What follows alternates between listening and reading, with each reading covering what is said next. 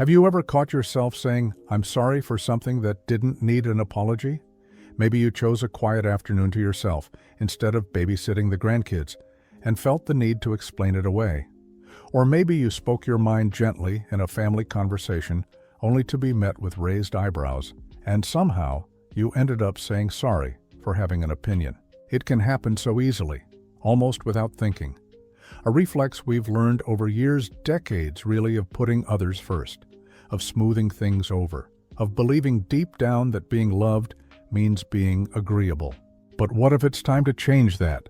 Not because you want to stir up conflict, not because you're angry, but because you've reached a point in life where your peace matters more than pleasing people.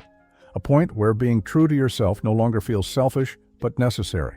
That's what we're really talking about here, not defiance, but freedom. Freedom from the guilt that tugs at you when you say no. Freedom from the fear that if you don't bend, you'll break the relationship. Freedom from the false idea that growing older means fading quietly into the background. Because you've earned more than that. You've earned the right to live without shrinking, to hold your ground without apology, to make choices that center your well-being even if someone else doesn't understand it. Let me tell you about Helen. She's 67 now, living in a small coastal town. After her husband passed, her adult children encouraged her to sell the house and move closer to them. It'll be easier, they said. You'll be safer. We'll see you more. But Helen had spent the last 20 years building a life in that town. She had friends, a garden, mornings she loved. And even though part of her ached to be near her family, another part whispered, "Don't give up what makes you feel alive." When she told her children she wanted to stay, there was silence, then concern, then pressure. "You're being stubborn. You're just scared of change. You'll regret it." But Helen stood firm, not harshly, not with resentment, just with quiet certainty. And though it took time, her children eventually accepted it. Still, every now and then, one of them will sigh during a phone call and say, "I just wish you'd moved up here." And Helen, she no longer apologizes. She simply says, "I know, but I'm where I need to be." Because here's the truth. You don't have to explain joy. You don't have to defend peace. And you certainly don't have to apologize for living in a way that feels true to who you are now. There's a kind of pressure that builds over the years, a subtle message, often unspoken, that once you're a certain age, you owe the world your constant availability, your time, your help, your silence. But you don't. You have given so much already. And now it's your time to stop apologizing for things that do not require forgiveness. Things like taking rest, saying no, changing your mind, speaking up, protecting your space, making decisions your children don't fully agree with, laughing too loud, dressing how you like, choosing solitude, choosing company, choosing anything that honors the person you are, not the role others expect you to play. There was a man named Paul. He'd always been the strong, dependable one in the family, the rock. Even after retirement, he was the first one they called when something went wrong: car trouble, childcare, moving furniture, fixing leaks. For years, he showed up without complaint, until one day his back gave out after lifting something he shouldn't have. And while lying in bed recovering, he realized something quietly devastating. No one had asked him how he was doing in a long time. They just assumed he was available. So when the next call came, a request to help move his daughter's couch, Paul did something new. He said, "I can't. I need to take care of myself." There was a pause, an awkward one. Then, "Oh, okay, we'll figure something out." And they did. He didn't need to apologize for no longer stretching himself thin. He just needed to remember that his well-being mattered too. Sometimes what you stop apologizing for teaches others how to treat you. Because when you quietly honor yourself, you invite others to do the same, not through confrontation, but through clarity. This isn't about rebellion. It's not about pushing people away. It's about no longer pushing yourself aside to keep the peace. You don't owe anyone an explanation for listening to your gut. You don't owe anyone an apology for needing rest. And you don't owe anyone a version of yourself that keeps sacrificing joy to avoid judgment. Your life, especially now, is not meant to be an endless offering. It is a sacred space, one that deserves your own attention, your own trust, your own celebration. So the next time someone questions your decision and you feel that familiar urge to say, "I'm sorry," pause. Take a breath, and instead try something new. You can say, I understand that you feel that way, but I know what's best for me. Or simply, I appreciate your concern, but I'm at peace with my choice. You don't have to defend it, you just have to live it. Because after 60, you've earned the right to walk your path without constantly seeking permission. You've earned the right to stop apologizing for being true, for being bold, for being exactly who you are. There is something almost invisible that happens to many of us as we get older, something we rarely name out loud. We begin to second-guess our needs, not because they're unreasonable, but because somewhere along the way, we started to believe they came second. That speaking up for ourselves was inconvenient, that setting limits was selfish, that changing our mind meant we were unreliable. And so we apologize, not just with words, but with silence, with hesitation, with the way we diminish our own joy to make room for someone else's comfort. But there comes a time, especially after 60, when you realize the price of being small has grown too high. Laura realized it one Sunday afternoon. Her daughter had asked her to host the whole family for dinner. Again, no help, no shared cooking. Just Laura at 68 preparing everything while her joints ached and her heart quietly longed for someone else to take the lead. She almost said yes, almost forced a smile and started making a list. But then she paused. And instead, she called her daughter back and said, I love our family meals, but I'm going to need a break this time. Maybe someone else can host. There was a moment of surprise, a little confusion, but Laura didn't fill the silence with apologies. She just waited. And what came next wasn't disappointment. It was understanding.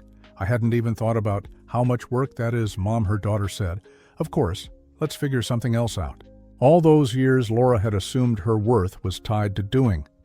But in that moment, she discovered something different. Her worth was already intact. It didn't require explanation. It just needed expression. That's how boundaries work. They're not walls. They're windows into what you truly need to stay whole. And sometimes the first person who needs to look through that window is you. So many of us carry a quiet ache, not from pain, but from patterns of putting ourselves last, of believing that love must always come wrapped in service, that if we're not constantly giving, we're somehow not enough. But real love doesn't require you to wear yourself down. Real love has room for your no. It respects your pause. It honors your pace. Brian, a former school principal in his 70s, once told me that his guilt used to follow him everywhere. Even in retirement, he felt responsible for his children's problems, their relationships, their decisions. He'd offer advice even when it wasn't asked for. He'd lose sleep over things he couldn't control, and yet they rarely asked how he was feeling. It wasn't their fault entirely. It was the role he had adopted, the helper, the fixer, the one who held it all. Until one day, Brian sat in a coffee shop alone and asked himself, what do I actually want right now? The answer was so simple, it startled him peace. So he started giving himself permission to want it. He stopped answering late-night calls unless it was an emergency. He stopped inserting himself into situations where he wasn't needed. And most of all, he stopped apologizing for stepping back. One of his sons accused him of being distant, but Brian responded not with defense, but with clarity. I'm learning how to care for myself, son. It's not about loving you less, it's about finally including myself in the care I've always given to everyone else. And over time, something changed. The calls became less frequent but more meaningful. His children started asking for his thoughts, not just his help. And Brian? He finally felt like he belonged to his own life again. You see, sometimes we're not waiting for others to free us. We're waiting to free ourselves. From guilt that doesn't belong to us. From roles we no longer need to play. From the belief that peace must be earned through exhaustion. But peace isn't a prize, it's your birthright. And one of the most powerful ways to reclaim it is to stop saying sorry for the things that make you feel whole. Things like needing quiet, like spending your money the way you choose, even if your children think you should save it for them. Like traveling alone, saying no to a holiday plan, declining a call when your heart needs rest. Amber, a widow in her early 60s, took her first solo trip to Europe last year. Her son thought it was irresponsible. He told her it was risky, that she should wait and maybe go with family. But Amber had always dreamed of seeing Paris. She'd waited her whole life through marriage, motherhood, caregiving. And finally, she felt ready. So she booked the trip. She sent postcards. She walked the streets of Montmartre with joy in her step, and no need to explain it to anyone. When she returned, she shared photos. Her son admitted, "I didn't understand why you went alone, but you look happier than I've seen you in years." She smiled and said, "I didn't go alone. I went with myself, and I was finally enough." That's what happens when you stop apologizing. You stop seeking permission for things that already belong to you. Like your time, your voice, your energy, your choices, even when your family disagrees. Especially then. Because love isn't measured by how well you conform, it's measured by how well you stay true. Not to expectations, to yourself. There's something quietly revolutionary about learning to stand in your truth, not with fists clenched, not with raised voices, but with the calm that comes from knowing you don't owe anyone a smaller version of yourself. Because once you stop apologizing for the things that bring you peace, you begin to notice how much of your life had been lived in someone else's comfort zone. And the further you move into your own, the more you realize you've still got room to stretch, to laugh, to surprise even yourself. Eric found this out later than most. He was 76 when he finally decided to join a theater group in his community. For years, he had quietly loved the arts. He'd helped his wife memorize lines for church plays. He'd written little poems that no one had read. But when he mentioned to his son that he was thinking of auditioning, the response came fast. "Aren't you a little old for that, Dad?" And for a moment, Eric nearly agreed. He nearly chuckled and let the idea go. But something in him, something that had waited long enough, whispered, "Do it anyway." So he did. He got the part small but meaningful.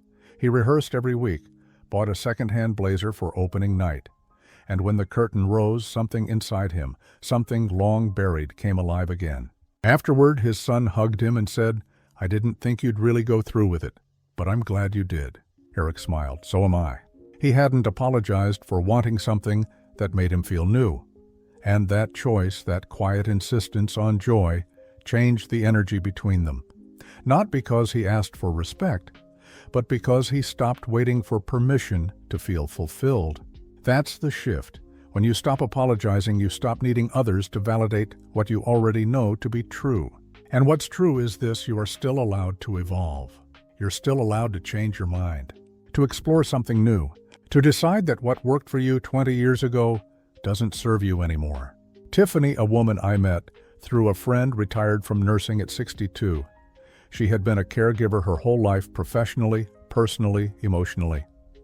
Her 3 adult children were used to calling her for every little thing, and she was used to saying yes, always yes. Until one day, after getting off a particularly demanding call with her eldest, she sat in her sunroom and said out loud to no one in particular, "What if I didn't answer next time?" And so the next time her phone rang, she let it go to voicemail. Not because she was angry, not because she didn't love her children, but because she was sipping tea and listening to the rain. And she wanted to finish her moment before stepping back into their world. She returned the call later, kindly, calmly, but on her time. That small act, unnoticed by most, was life-changing for her. Because she realized she didn't have to be constantly available to prove she cared. She didn't need to drop everything to deserve their love. She started setting times when her phone would be off. She began reading again, gardening, taking art classes. And while her children took a little time to adjust, they eventually noticed something different in her voice. It was lighter, happier, centered. And when they asked what's changed, she simply said, "I remembered that my life is mine too." That's the kind of power that lives inside of you, now not loud or dramatic but steady. It's the kind of power that doesn't ask for approval. It just quietly chooses peace. When you live this way, something interesting happens. People around you begin to adjust. Not because you told them to, but because they sense something has changed. The way you carry yourself, the way you answer or don't, the way you no longer rush to explain every choice you make. And that shift, it teaches them more than any argument ever could. Because it tells them, I trust myself now. I know what I need, and I'm not going to apologize for choosing it. Even when they disagree, especially when they don't understand. That's not defiance, that's maturity. It's the wisdom that says I've lived long enough to know what matters to me, and I won't betray that just to keep others comfortable. It doesn't mean you love them any less. It just means you've started including yourself in the circle of that love. Melissa, a grandmother of 5, once told me that the greatest relief she felt after turning 70 was that she no longer had to explain her joy. If she wanted to go to the movies alone, she did. If she didn't want to drive across town for a last-minute birthday party, she politely declined. And when someone said, "You missed it, Grandma," she just smiled and said, "Maybe, but I didn't miss myself." That kind of clarity is rare. It's not born from selfishness. It's born from finally putting your hand on your own heart and saying, "I'm allowed to choose me." Not always, not every time, but enough. Enough to feel your soul expanding. Enough to remember that your worth is not tied to how much you give up, but how gently you hold what you choose to keep. You've spent a lifetime showing up for others. Now it's your time to show up for yourself, and you never ever need to apologize for that. If you're still here with me, I want you to know truly that means something. It means you're not just surviving this stage of life. You're ready to live it on your own terms. That alone is a beautiful, brave step. Maybe no one told you that before. Maybe you've spent so many years tending to everyone else's needs, you forgot what it feels like to hear someone say, "You matter too." But you do. Not for what you give. Not for how many times you say yes when you'd rather say no. Not for how small you're willing to become just to keep the peace. You matter because you are still here, still growing, still feeling, still trying to find new ways to honor your spirit, even if it takes a little courage, even if your voice trembles the first time you say, "This time, I choose me." And if you've ever felt guilty for that, if you've ever apologized for taking a breath for yourself, or for protecting your time, or for wanting something your family didn't understand, I want to remind you, you don't have to anymore. You're not here to fit inside the version of yourself that others are most comfortable with. You're here to unfold into whoever you were always meant to become, even if it surprises them, even if it disappoints them, even if it makes them uncomfortable. You are allowed to shift, to change, to decide that after 60, you will no longer apologize for the quiet you crave, the boundaries you need, the joy you pursue, the opinions you hold, the space you take up, the peace you protect, the life you want to live freely, fully, and without shame. And if someone in your life doesn't understand that yet, that's okay. They don't need to. They just need to see you living it with grace. No anger, no blame, just presence. Because presence is power. It says, "This is who I am now, and I am not less, because I'm no longer everything to everyone." You are still enough, maybe even more than ever. And if this message found you today, if something in your heart softened or strengthened or felt seen, I'd love to hear from you. Has your relationship with yourself changed over the years? What's one thing you've stopped apologizing for? Please feel free to share your story in the comments, not just for me, for the people who will read it and think, "That sounds like me too." Because when we share our truth, we give others permission to live theirs. And if you'd like to keep walking this path together, I invite you gently to click subscribe. Not for numbers, not for algorithms, but so we can build a space where people over 60 are not just acknowledged, but celebrated. A space where you don't have to perform or explain or apologize. A space where simply being yourself is more than enough. Because you are more than enough. You always have been. And this part of your life, it's not an ending. It's a return to your own voice, to your own rhythm, to the quiet power of standing in who you are unapologetically. So go live it, fully, softly, bravely. And if the world tries to make you shrink again, you know what to say. With kindness, with strength. No, thank you. I'm not apologizing for that.